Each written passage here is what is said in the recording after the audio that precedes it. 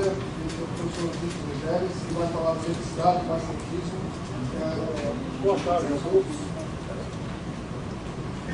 Bom, vai falar de eletricidade e magnetismo, de Roberto Camacho. E o professor Vitor, eu acho que é conhecido dos que são aqui do FUSP. Ele foi aluno do FUSP, graduou-se aqui em 1973. Depois ele tirou o doutoramento dele no King's College em 82 e ingressou aqui no FUSP em 1988. E desde então tem estado aqui. Eu acho que é um prazer passar a palavra para o Vitor. Obrigado pela introdução. Está funcionando? Bom, sempre um prazer estar no seminário. Convite aqui. Bom, só que dessa vez os organizadores me pediram vocês para falar sobre as principais experiências de eletricidade de magnetismo que levaram à formulação atual da ciência. Como eu achei que seria uma tarefa difícil, passar por tempo ela se tornar agradável, eu espero que vocês seja agradável para vocês também. Eu poderia falar sobre uma infinidade de experiências que são importantes no eletromagnetismo. Eu resolvi seguir um curso histórico que me parece mais apropriado para mostrar para vocês como é que as coisas foram aparecendo e como é que os conceitos foram sendo formulados e foram sendo aperfeiçoados com o passar do tempo. Tanto fenômenos elétricos quanto fenômenos magnéticos são conhecidos desde a antiguidade. Existem vários registros escritos de fenômenos elétricos e magnéticos. Um exemplo, por exemplo, é isso daqui, que também na verdade de bateria de Bagdá. Talvez seja o exemplo mais antigo que foi encontrado da construção de uma bateria. Na verdade, o que foi descoberto foi só essa casca, que é feita de uma argila bastante. Uma argila misturada, de forma que ela é bastante escura. Foi encontrado sinais de metal dentro dessa cápsula de argila. Isso aqui é uma reconstrução, não é original. Isso foi datado por rádio carbono como tendo sido construído em cerca de 250 a.C. Então você vê que é um recipiente, tem um tubo de metal, colocado no cobre, e você pode inserir uma haste de ferro, por exemplo. Se você colocar vinagre ou vinagre dentro desse recipiente, você tem uma fita. Isso daqui pode produzir uma diferença de potencial de 1 volt, você pode fazer faíscas e alegrar seus colegas. Provavelmente ela servia para isso, nada além disso. Todo mundo sabe também que o fenômeno magnético era conhecido pelos chineses e pelos gregos. A bússola, de fato, foi inventada pelos chineses ao redor de 1000 depois de Cristo. Esse é uma das primeiras bússolas. A agulha não está aqui, mas ela tem a mesma forma sobre um formato de indicações muito parecidas com as indicações que a gente encontra numa bússola ocidental. Então, apesar desses fenômenos, o fato de você conseguir atritar um pedaço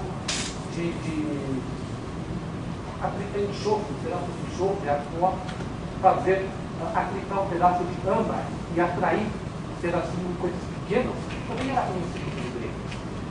E todos esses fenômenos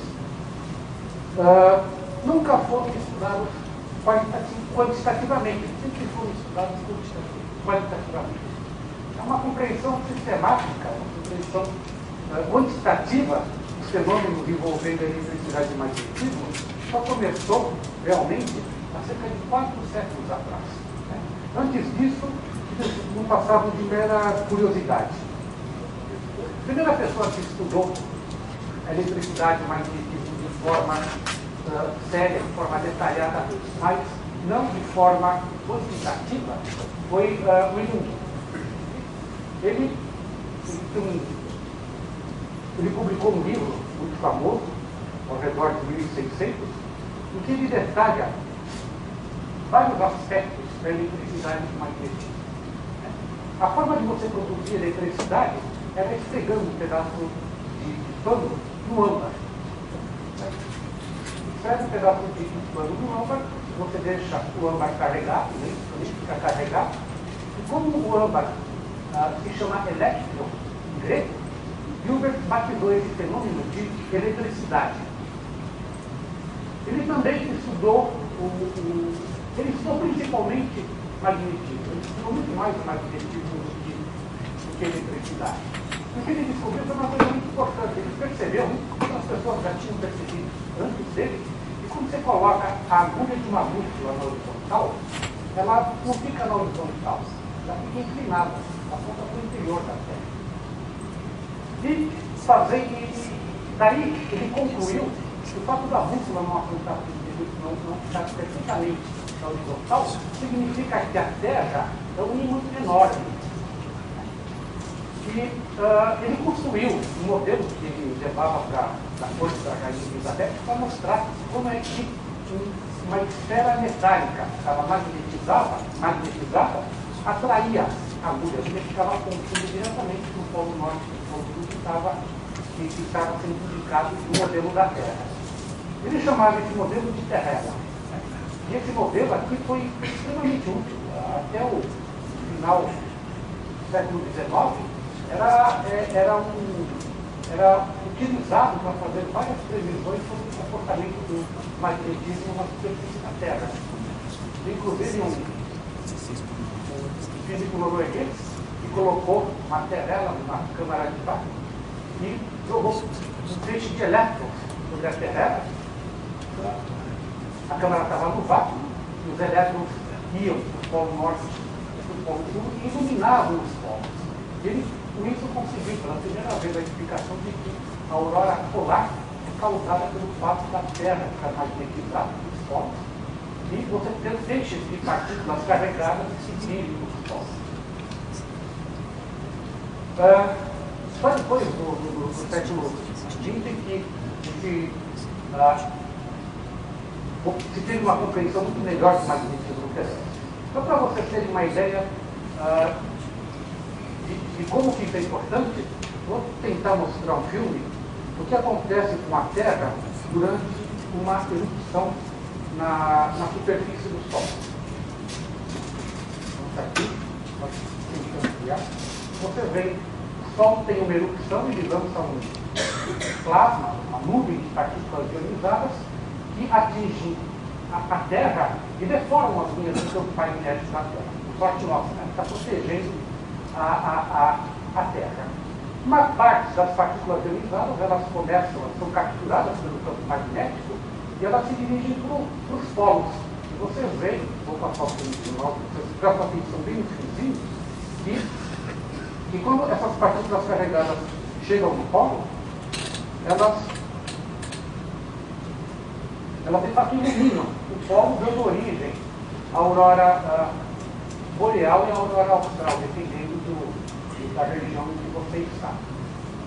Então, só depois que você consegue fazer simulações numéricas como essa, é que você pode dispensar seus modelos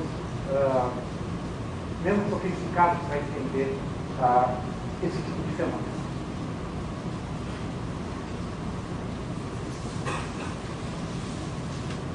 Muito bem. Essa ideia de que a Terra é um enorme ímã produziu uma influência fantástica no meio científico daquela época. Duas pessoas foram extremamente influenciadas por essa imagem de que a Terra é um ímã. Uma delas foi Kepler e outra foi Newton. Kepler, lembra que Kepler estabeleceu as três leis que regem o movimento dos planetas ao redor do Sol. Mas, para Kepler, era um mistério por que os planetas giravam ao redor do Sol. Kepler não atribuía a força gravitacional, pela força gravitacional, a responsável pelo fato dos planetas girarem ao redor do Sol.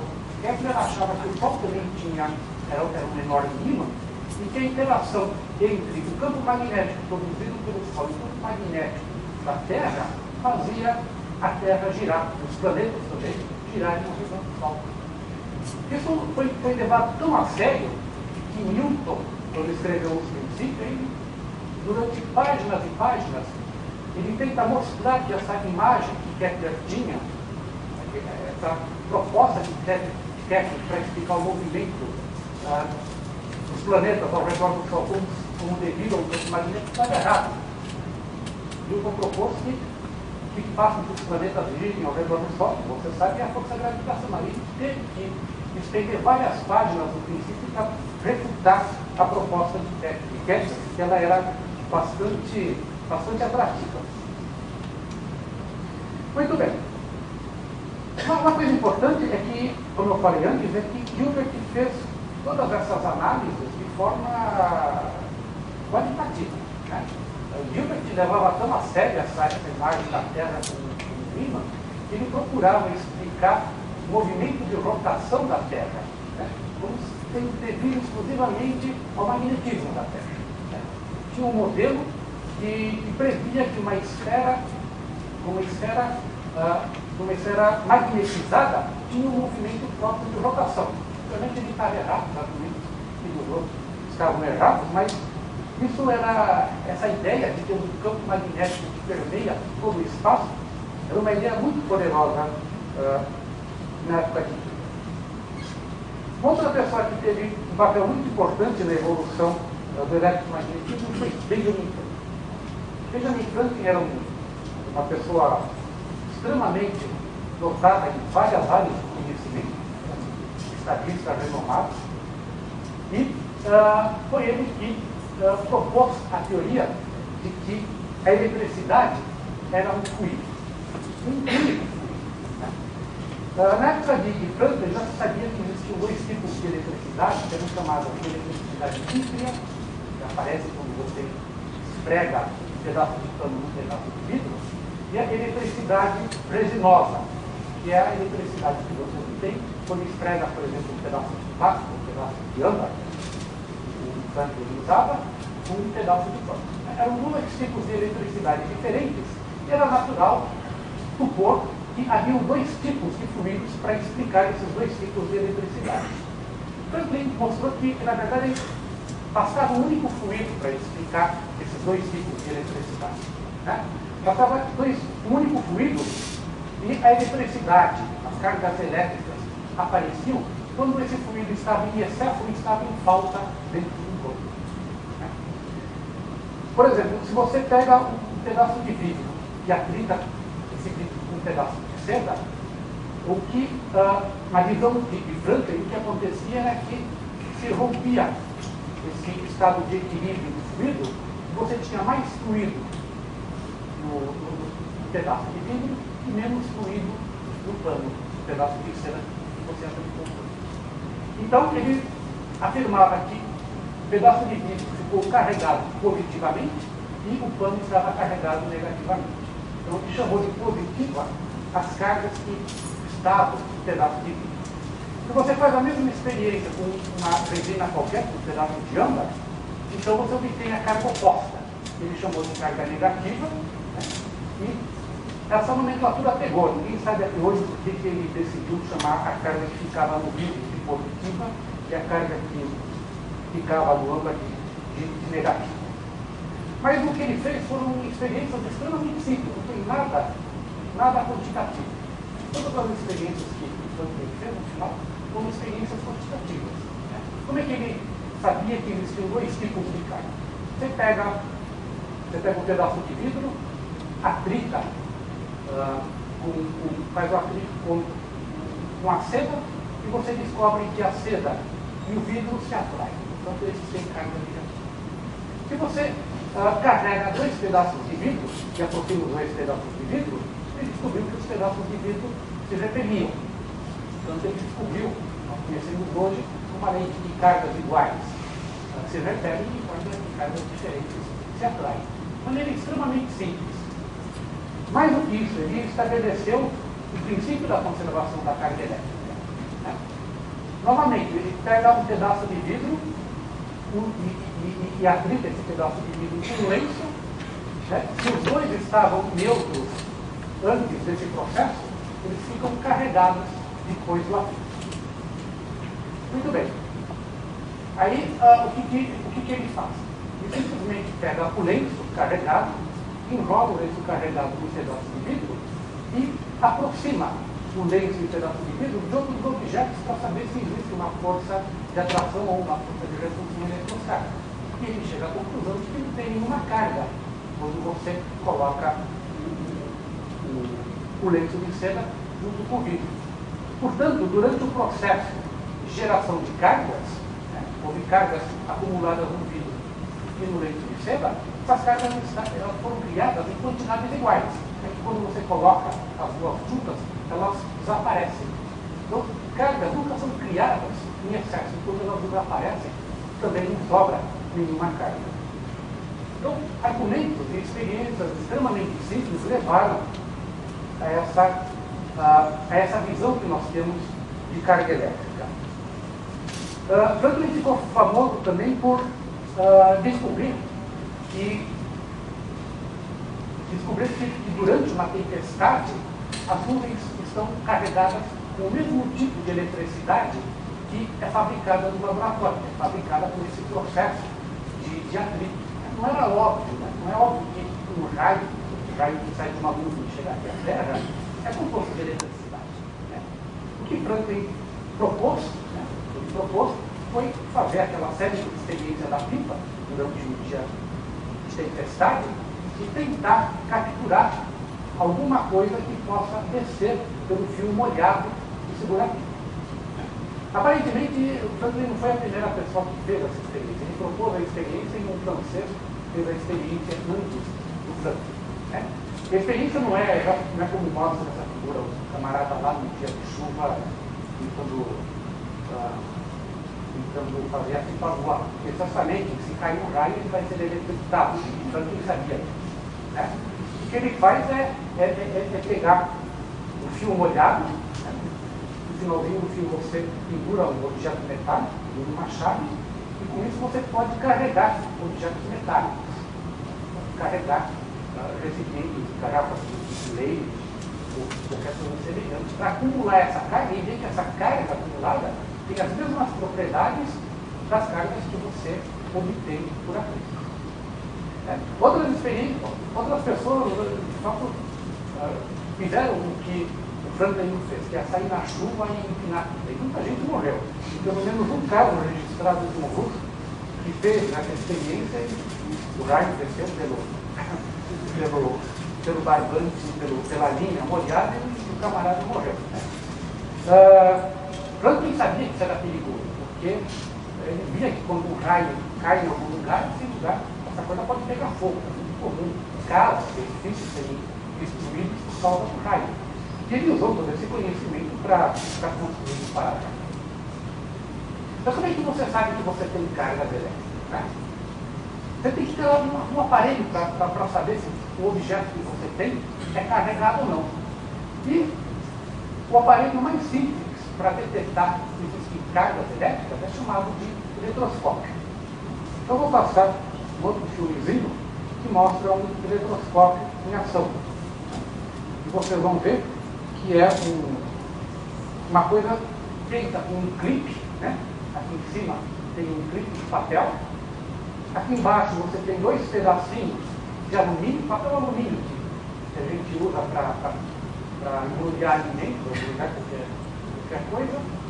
E você simplesmente aplica alguma coisa e coloca em contato. Você veja a idade da pessoa que está fazendo a experiência, né? Uma menininha de 7, 8 anos de idade.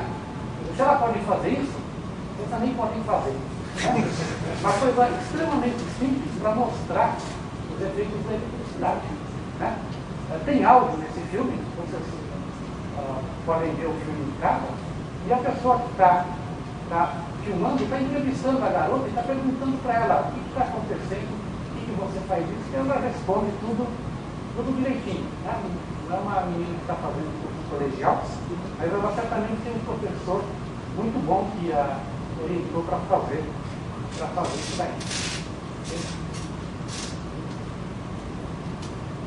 Então, não é muito difícil a gente construir aparelhos para detectar se um objeto está carregado ou não. Bom, Franklin também não fez nada quantitativo. Todas as coisas que ele fez eram qualitativas, e a primeira vez em que se procurou determinar os efeitos da eletricidade de forma quantitativa, a primeira pessoa que tentou fazer isso foi Coulomb. Tinham propostas de que a força entre duas cargas variava com o universo do quadrado da distância, e obviamente Coulomb, que era um camarada que tinha muita habilidade experimental, ele bolou o equipamento para testar se essa lei estava correta ou não. Né? E aí, como você quer medir força, você tem que ter você não pode fazer isso com um experimento qualquer. Ele inventou a balança de torção.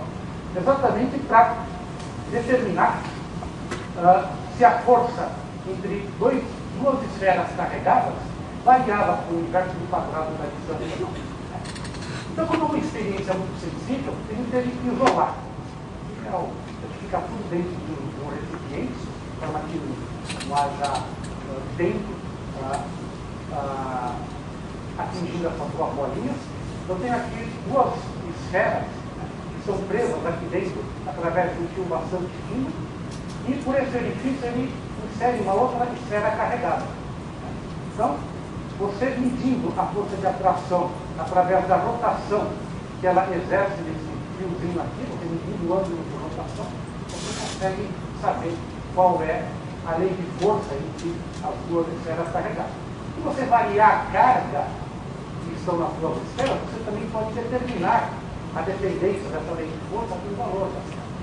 Então, Coulomb determinou exatamente, talvez a primeira experiência quantitativa do eletromagnetismo. Né? Depois a balança de torção também foi usada, foi aperfeiçoada no Kelvin para medir a força de atração gravitacional entre duas massas. Né? É uma coisa bastante sensível, né? É uma ideia genial se você quer medir pequenos deslocamentos. De fato, você pode melhorar muito isso daí se você consegue grudar um espelhozinho no fio, consegue cruzar um espelhozinho no fio e joga um raio de luz atingindo o espelho. Qualquer movimento, por menor que seja, qualquer que seja esse movimento de rotação muito pequenininho, ele vai ser extremamente amplificado. Né? Então, um instrumento extremamente sensível que vocês também podem construir em casa. Uma outra pessoa importante na história do eletromagnetismo foi Galvani. Galvani é conhecido pela célebre experiência de fazer uma rã morta mexer as patas quando ele tocava o nervo que saía das patas com um objeto carregado. Então, foi a primeira vez que se descobriu que o corpo humano, o que é ser vivo, tem alguma conexão com a eletricidade. Porque a eletricidade influenciava o corpo humano. Então está aqui, né, a experiência de Galvani. Aqui a experiência de Galvani, deixa eu tentar ampliar isso daqui. Né? Vocês veem que tem um objeto carregado que está desse lado, vou passar de novo. O objeto carregado está aqui, você aproxima um fio, vai ver esse objeto carregado da perna da rã, e você vê a perna da rã se mexer.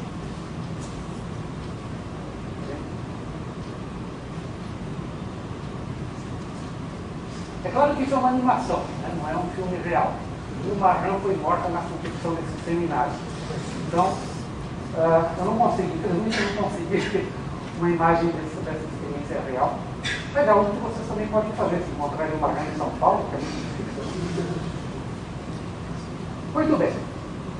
Isso foi muito importante porque se mostrou que os corpos vivos também eram suscetíveis à eletricidade.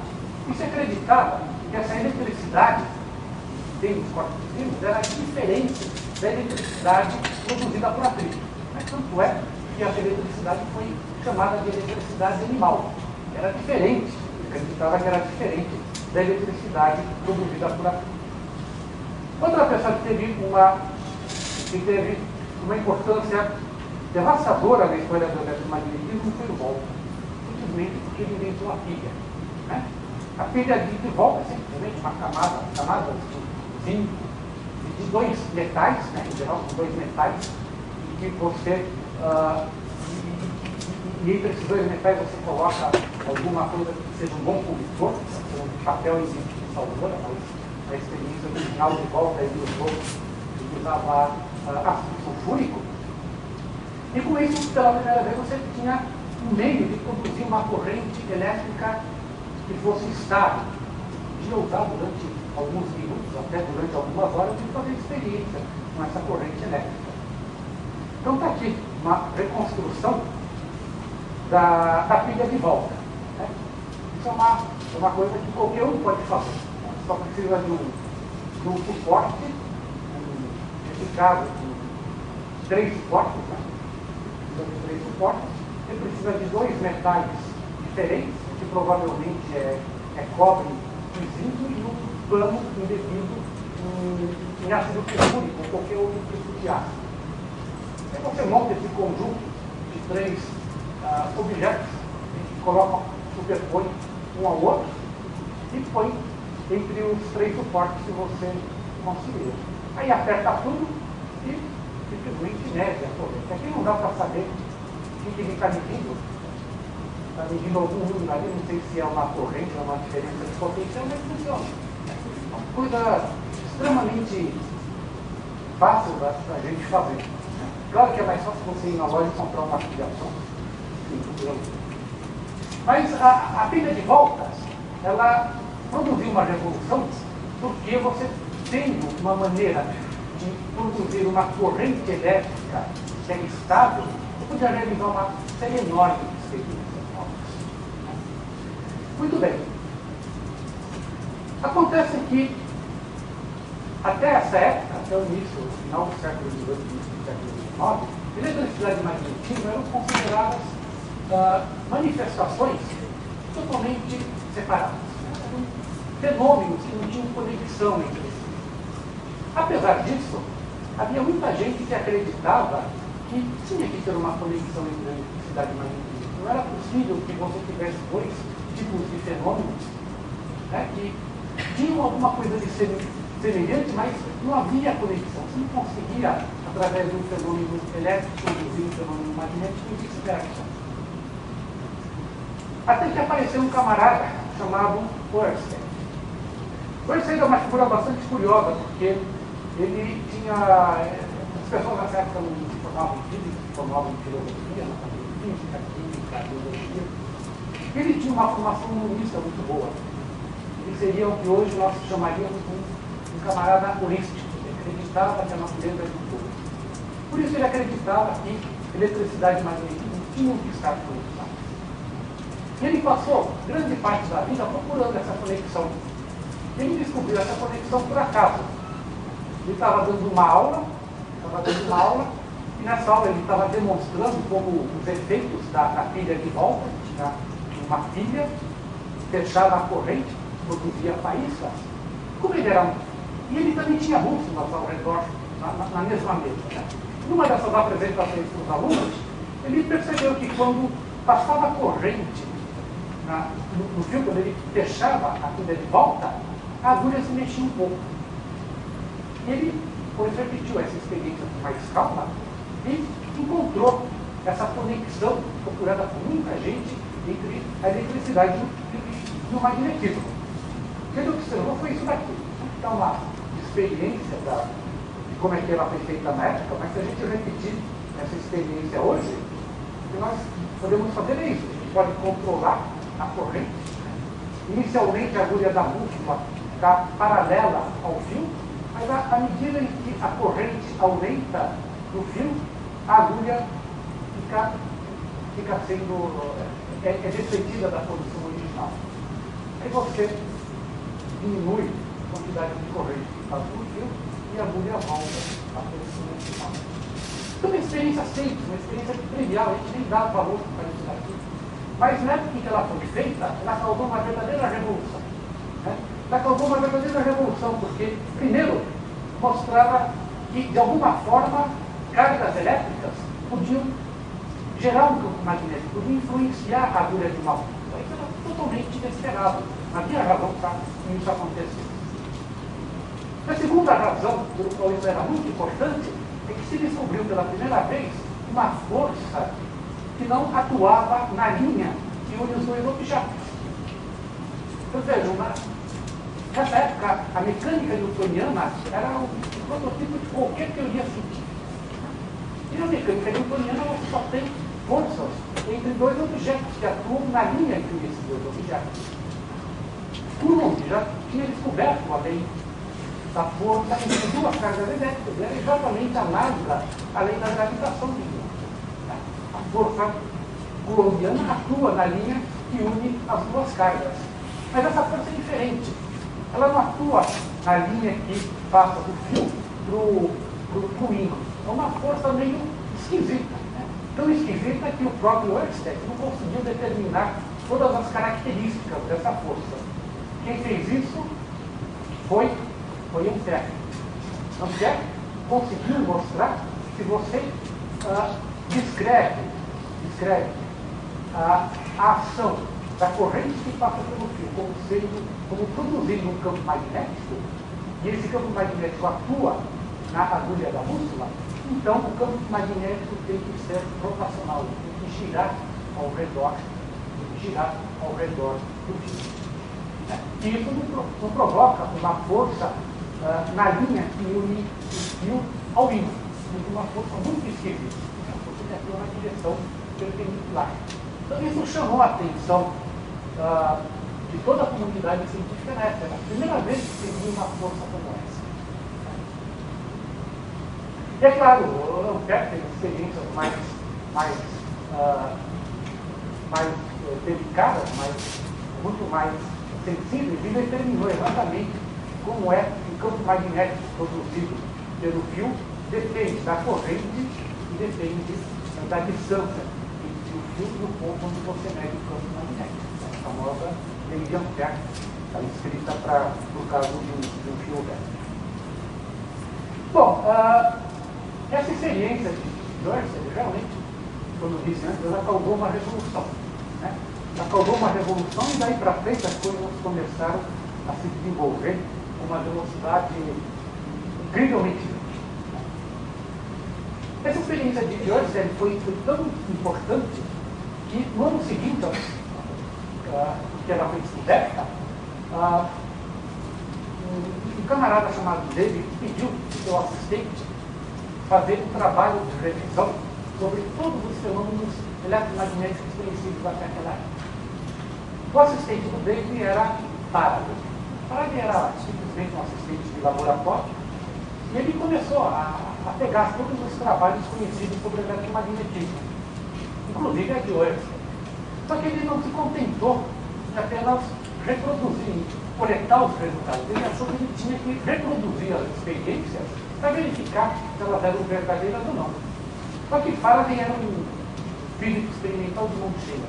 Ele não só repetia as experiências, como melhorava muito a qualidade das experiências. E ele, com essa tarefa que deu a Faraday, ele se tornou uma das dos físicos experimentais mais bem-sucedidos de toda a história. Ele fez um número incrível de descobertas. Eu não vou poder mencionar a parcela mínima dessas descobertas. Eu vou mencionar 2 ou 3 que são importantes. Né? Faraday também acreditava nessa conexão entre eletricidade e magnetismo. E ele afirmou o seguinte: se eu posso ter uma corrente, carga que movimenta, essas cargas se produzem campo magnético, eu não posso ter o efeito inverso. Como é que eu posso criar o efeito do campo magnético sobre cargas elétricas? A coisa tem que ser recíproca, não tem outro jeito. E ele passou grande parte da vida dele procurando esse efeito. E esse efeito foi muito sutil. Né? Não é um efeito simples de ser determinado. Né? Hoje em dia nós conhecemos esse efeito como lei de Faraday. Né? Você sabe que o campo magnético variando o tempo que se produz uma força eletromotriz. Essa é a forma como a gente aprende a lei de Faraday. A forma como ele descobriu foi muito mais complicada. Né? Depois de fazer muitas experiências, ele percebeu, né, que uma versão moderna da experiência de Faraday, ele percebeu que sempre que você ligava um circuito elétrico, né, eu tinha uma pilha, tinha um circuito elétrico aqui, né, você tem uma espira, você tem um anel de ferro, uma espira, você fecha o circuito elétrico, você tem uma espira, você cria um campo magnético dentro da espira. A função desse anel de ferro é simplesmente fazer com que o campo magnético seja aprisionado dentro dessa espira e possa ser detectado por essa outra espira. Então, quando esse campo magnético é detectado dentro dessa espira, se ele produzir uma corrente elétrica, você veja que tem um fio que está envolvendo, está passando várias vezes ao redor de uma bússola. Se eu produzir uma corrente elétrica nesse fio aqui, então eu vou produzir um campo magnético no interior dessa espira no qual a bússola está inserida, e se a bússola se mexer, eu tenho certeza de que é um campo magnético, e, portanto, há uma corrente elétrica nesse outro circuito. Então, esse tipo de experiência que Faraday fazia, e ele percebeu, ele foi bastante metódico para perceber que só aparecia uma corrente nesse circuito secundário quando ele ligava ou quando ele desligava a chave. Okay? Se ele liga a chave, a bússola dá um salto e volta à posição original. Como está passando corrente aqui, quando o campo magnético aqui é constante, a agulha não se mexe, ela continua na posição original. Na hora em que ele desliga a chave e o campo magnético desaparece, novamente a agulha salta. A conclusão dele foi óbvia, né? Para mim produzir uma corrente elétrica aqui, eu tenho que ter um campo magnético que varia. Essa é a base da lei de Faraday. Tem que ter um campo magnético, tem que ter um fluxo do campo magnético que varia. Ele precisou de vários anos de experimentos para descobrir esse efeito que poderia passar despercebido por qualquer um de nós. Muito bem. Com base nesse efeito, ele teve várias ideias. Né? Já que você é um ato da sua prática também, ele pensou, já que eu posso mover essa agulha, por que eu não posso construir uma coisa? É a base do motor elétrico. A base do motor elétrico que você estuda, o curso de eletromagnetismo, o curso de física, a base é esse motor aqui, que funciona com base na lei da indução de Faraday. Esse é um motor bipolar. Mas não foi esse o motor que o Faraday propôs. O Faraday propôs uma coisa mais complicada. Nós chamaríamos hoje de um motor homopolar. Está aqui. Veja que eu tenho duas cubas com mercúrio é um metal, e eu tenho dois fios que estão acoplados a uma bateria. Então, esse fio entra por baixo da cuba de mercúrio, e aqui ele está conectado, né, com um fiozinho fino, conectando esse fio aqui e esse fio aqui. Esse fiozinho fino foi colocado, está fazendo com que esse pedaço de metal fique líquido, pode se movimentar livremente. Tem mais preso aqui embaixo. Depois tem um outro fio que vai do mercúrio até o outro recipiente do mercúrio, que é para poder fechar o circuito. E aqui, ao invés de manter esse fio livre e esse fixo, ele faz o inverso, mantém esse fixo e mantém esse fio livre. Ele está pivotado aqui, né? Ele continua sendo condutor, mas ele está pivotado aqui. Então, quando você liga a bateria desse sistema, o que acontece? Esse fio aqui começa a girar pela cuba e esse fio aqui também começa a girar por causa da... Aí, não é só por causa da indução, mas por causa da força de Lorentz. Essa é uma maneira muito complicada de construir um motor. Hoje em dia a gente tem maneiras muito mais simples de montar um motor homopolar. Né? Coisas que vocês podem também fazer. Aqui. Motor homopolar. Você tem uma bateria pequenininha, que está grudada nesse parafuso e por sua vez está grudada no ímã por causa do ímã. Você fecha o circuito, né? O que acontece? O motor começa a girar. Né? É uma força teórica que atua sobre o ímã por causa da corrente elétrica que passa. Vou mostrar novamente para você, eu acho que isso é uma coisa bastante interessante. Você desliga um pouquinho só para você ver o parafuso girando, né? E à medida em que você mantém o circuito fechado, o parafuso começa a girar cada vez com velocidade maior. E existem outras variações desse motor homopolar. Né? Você não precisa fazer um motor homopolar dessa maneira. Você pode ter instruções mais precisas de como construir um motor homopolar, da bateria, um ímã de hidrogênio e um fio de cobre. Não mais do que isso. Corta, desencapa o fio de cobre e dobra o fio de forma que ele possa fazer contato com o polo de baixo da bateria. Você pode dobrar dessa forma. Você gruda o ímã na bateria e o seu motor está pronto.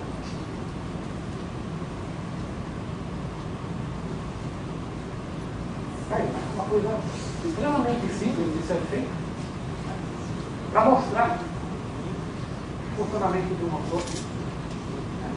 Pode variar a forma, a forma original, qualquer forma. Desde que você feche o circuito, né, você vai ter alguma coisa girando. Se você tiver um espírito mais prático, você pode até fazer um carrinho com isso daí.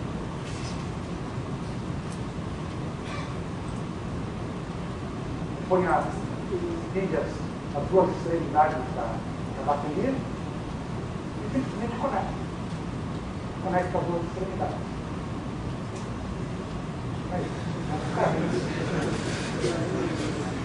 Quando a gente sabe física, a imaginação fica sem limite. Muito bem, outra coisa importante que o Faraday fez foi mostrar, através das diversas experiências que ele executou, que realmente não há diferença entre a eletricidade estática e a eletricidade animal. Tinha gente que acreditava que a eletricidade de uma corrente elétrica era diferente da eletricidade estática. Tem que fazer uma experiência para mostrar que todas elas são idênticas. As cargas elétricas, você produz uma experiência com cargas estáticas, uma experiência com corrente elétrica, ou uma experiência com eletricidade animal, são todas do mesmo tipo. Né? Essa divisão era puramente ilusória. Isso dá uma visão universal para a carga elétrica. Outra coisa extremamente importante que o Faraday fez foi inventar o conceito de linhas de força elétrica e linhas de força magnética.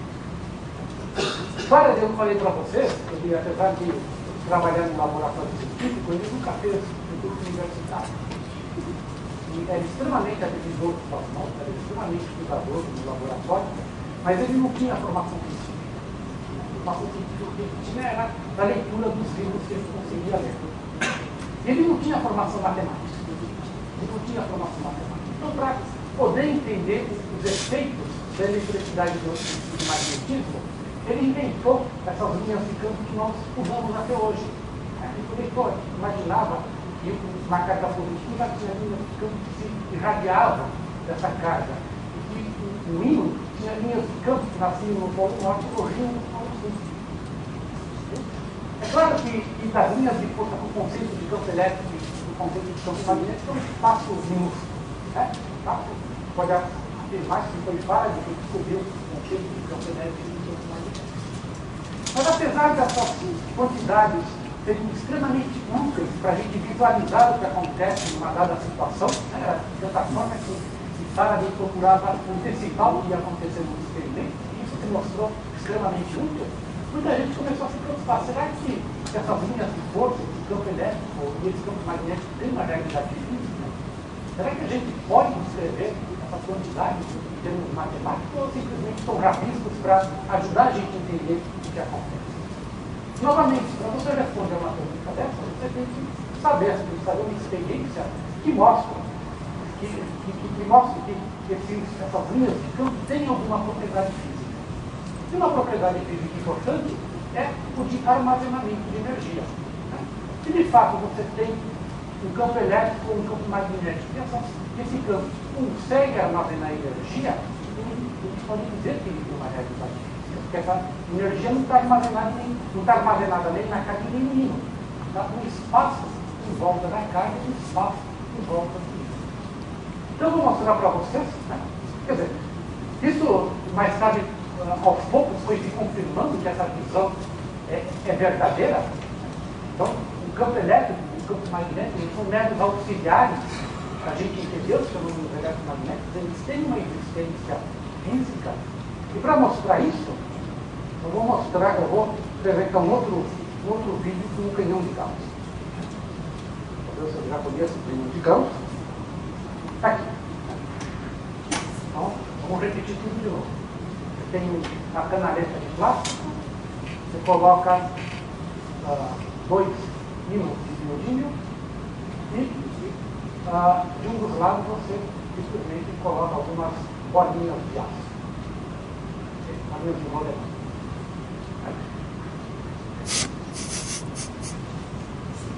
Agora o que você vai fazer? Do outro lado, você põe uma bolinha andando devagarzinho. E aí, a última bolinha sai do outro lado com uma velocidade grande. Percebe a diferença de velocidade? Vou passar novamente para vocês verem.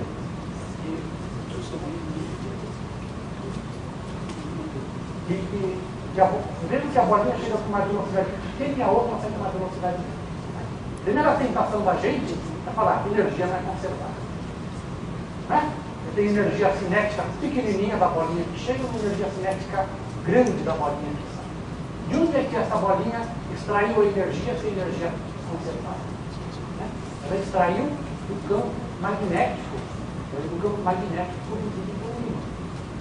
Então, aquele conjunto, o ímã com as bolinhas, cedeu energia potencial armazenada nas linhas de campo magnética, cedeu para a última bolinha.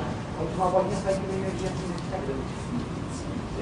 Você veja que, vou passar de novo, porque você tem que se preocupar também com a conservação do momento. Né? A bolinha que vem devagarzinho tem um momento pequenininho. Todas as bolinhas são iguais, tem a mesma massa, e a última bolinha que sai com uma velocidade grande, tem uma energia cinética que tem um momento muito grande. Então, aparentemente, o momento também não é conservado. Mas se vocês prestarem atenção, vocês veem que quando a bolinha sai com uma velocidade grande, todo o sistema, toda a canaleta e as outras bolinhas recuam. Né? E o recuo é grande. Veja que ele até salta da mesa. E isso é necessário para que o momento possa ser conservado.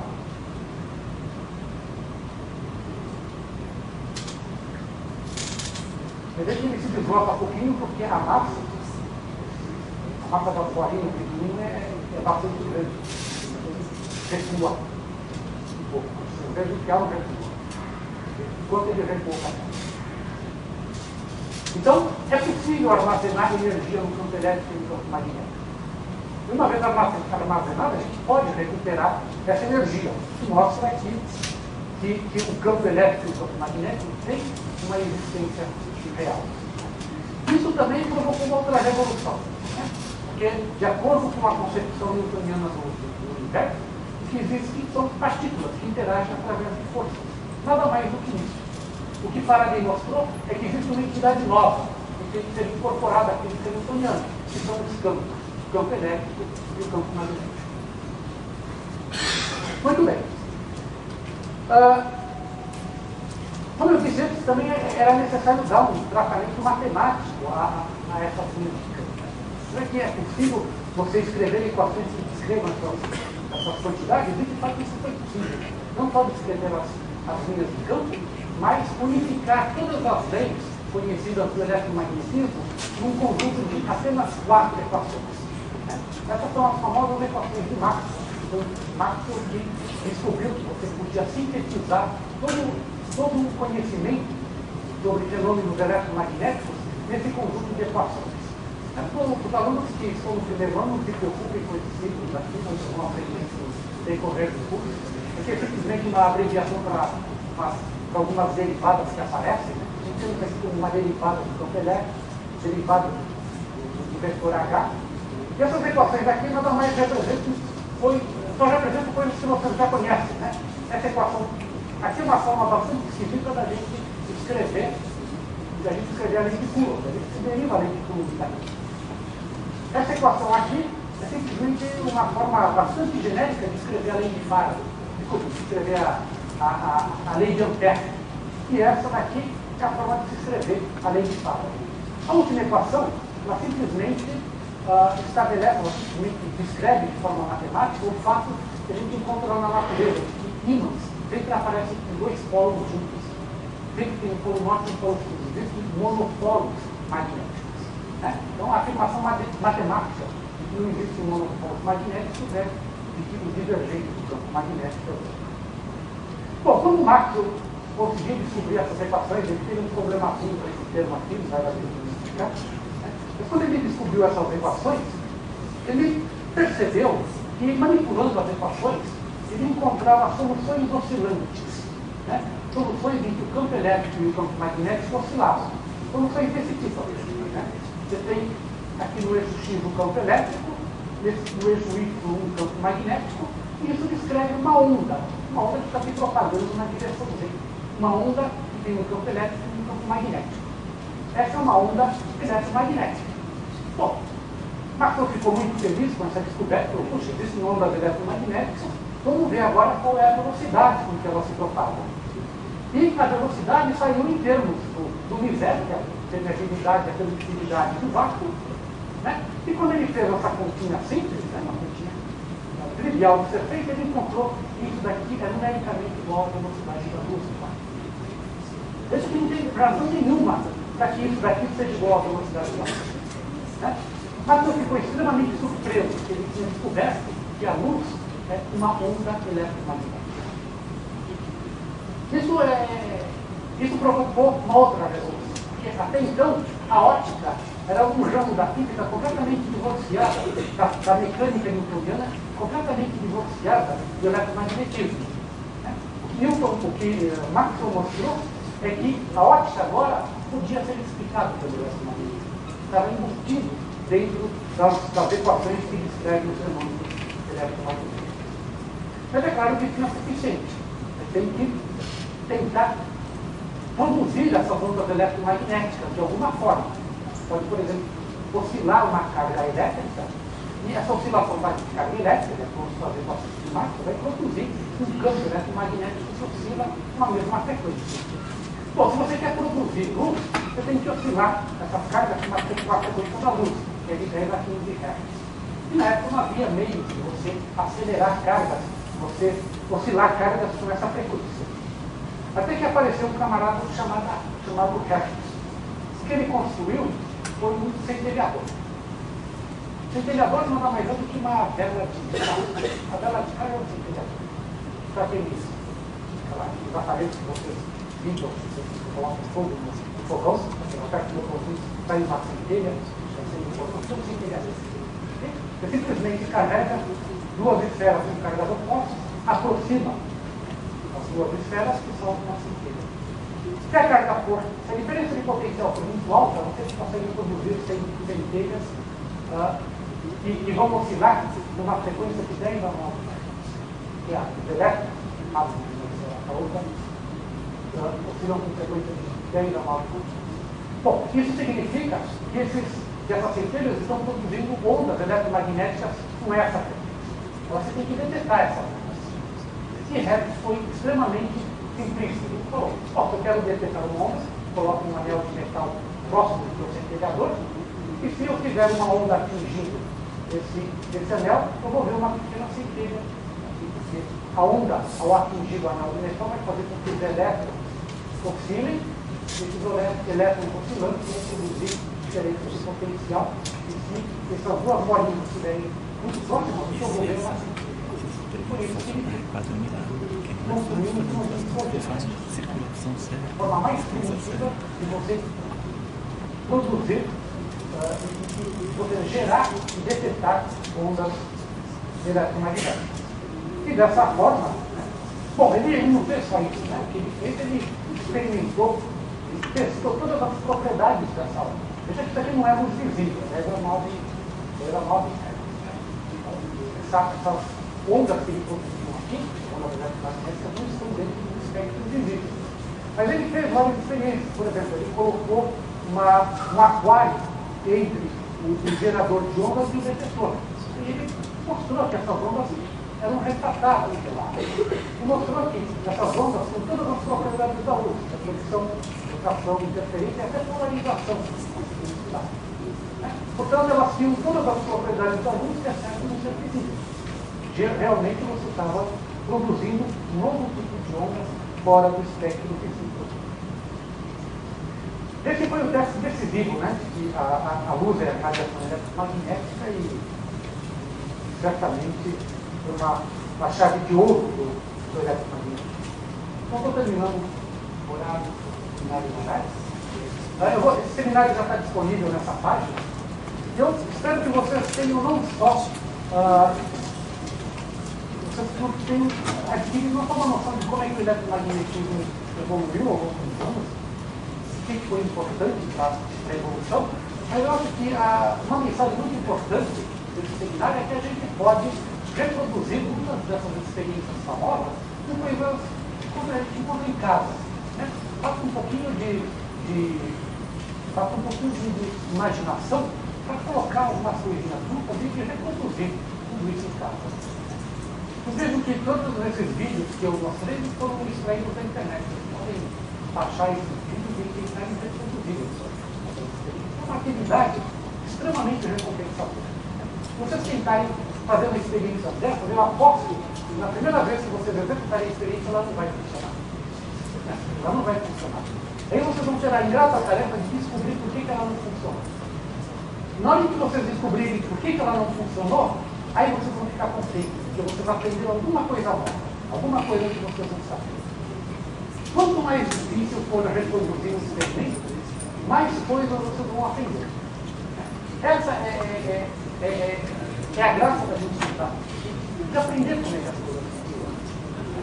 E não é só isso, depois que vocês conseguem fazer seu experimento funcionar e mostrar para todo mundo que ele funciona, vocês têm que falar, puxa vida, quais são as equações que descrevem esse experimento? Vocês têm as equações, têm uma noção de como é que as coisas se encaixam dentro de uma equação, vocês podem se perguntar, vamos fazer uma pequena variação desse experimento. Eu faço uma pequena variação, como é que eu tenho que usar a equação? E qual é o resultado que eu vou esperar? Tento fazer uma previsão, tento ver se a mudança que vocês estão fazendo vai arruinar a experiência, ela não vai funcionar, ela vai produzir um efeito novo. Ok? Simplesmente olhando as equações. E aí vocês fazem isso aí. Eu garanto que vocês vão aprender muita coisa nessa forma. Uma das maneiras mais excitantes da gente aprender física é essa. Bom, obrigado a todos pela paciência.